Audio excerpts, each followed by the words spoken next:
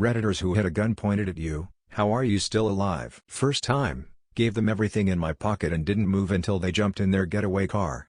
They got less than $22, a check, pizza delivery before credit/debit cards were more common, my flip phone, wallet had my debit card, with $3 in the account, and driver's license. They were caught 3 days later when they tried to use my card to buy gas.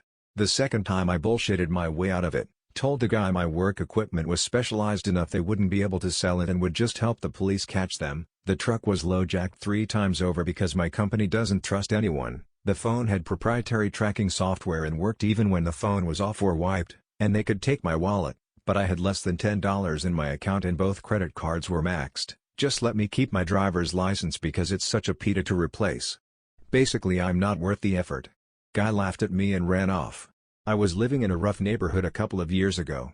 One evening I was walking to the local grocery store when I suddenly walked into this huge dude. I am 195 centimeters and 90 kilograms, so I'm not a small person myself. Before I knew it I was surrounded and dragged into an alley and had a gun pointed at me. One of the guys asked me to show an ID. At that point I thought they were undercover cops, but them all wearing balaclavas made me doubt that. I showed them my ID and they patted my shoulder, shook my hand and said they're sorry for getting the wrong guy. Then they left. Gangs were basically running that neighborhood and they were most likely looking for someone who owed them money and I must have looked just like that guy.